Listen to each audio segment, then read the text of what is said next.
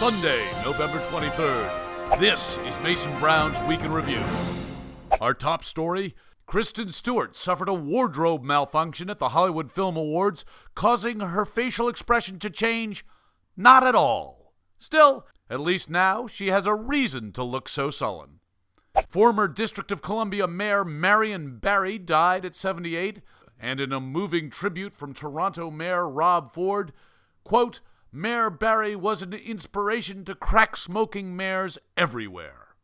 Taylor Leanne Chandler, Michael Phelps' ex-girlfriend, said she was born intersex, complete with male genitalia at birth.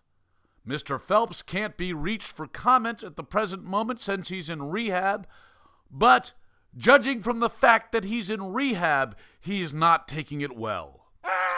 Former Oregon beauty pageant winner Jamie Lynn France was arrested in a drug bust, and, said one policeman, "What a bust it was."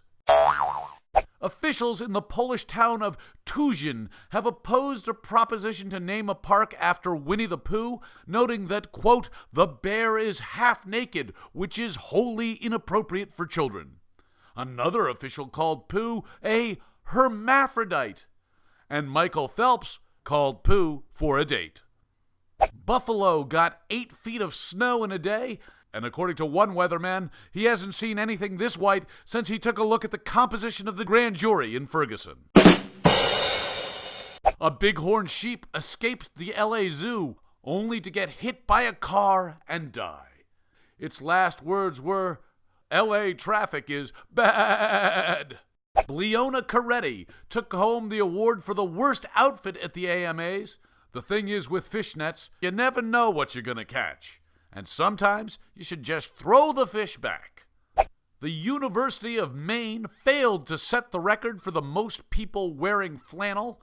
1,000 students showed up, but they needed 1,090.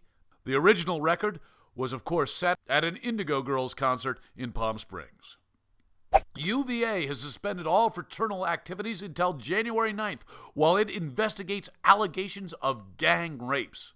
On January 10th, fraternity Phi Kappa Psi has announced plans to, quote, "retake back the night." So be careful, ladies. And finally, Mike Nichols of the comedy duo Nichols and May died, and one hopes that his funeral preparations went better than this. Good afternoon. Good afternoon. Welcome to Long Dust. Can I help you?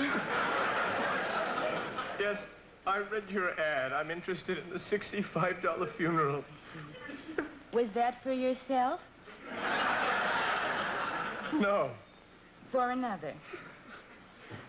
May I ask, where did you catch that ad?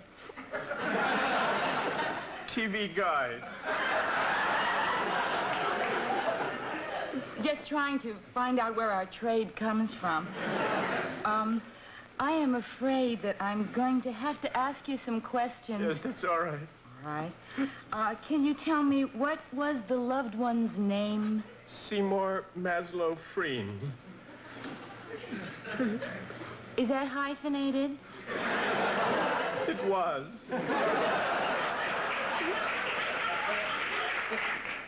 And the loved one's address? 441118 Southeast Huguenot Walloon Drive. And may I ask what your name is? Charlie. Charlie. Charlie, I'm Miss Loomis, your grief lady. Hi.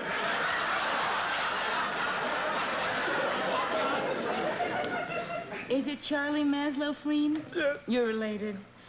Well, that will be $65. Thank you. I have the check all made out. Oh, wonderful.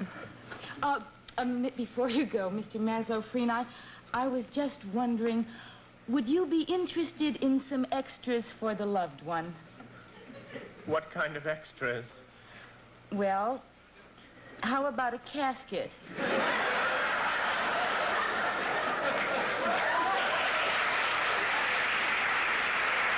And that's the Week in Review.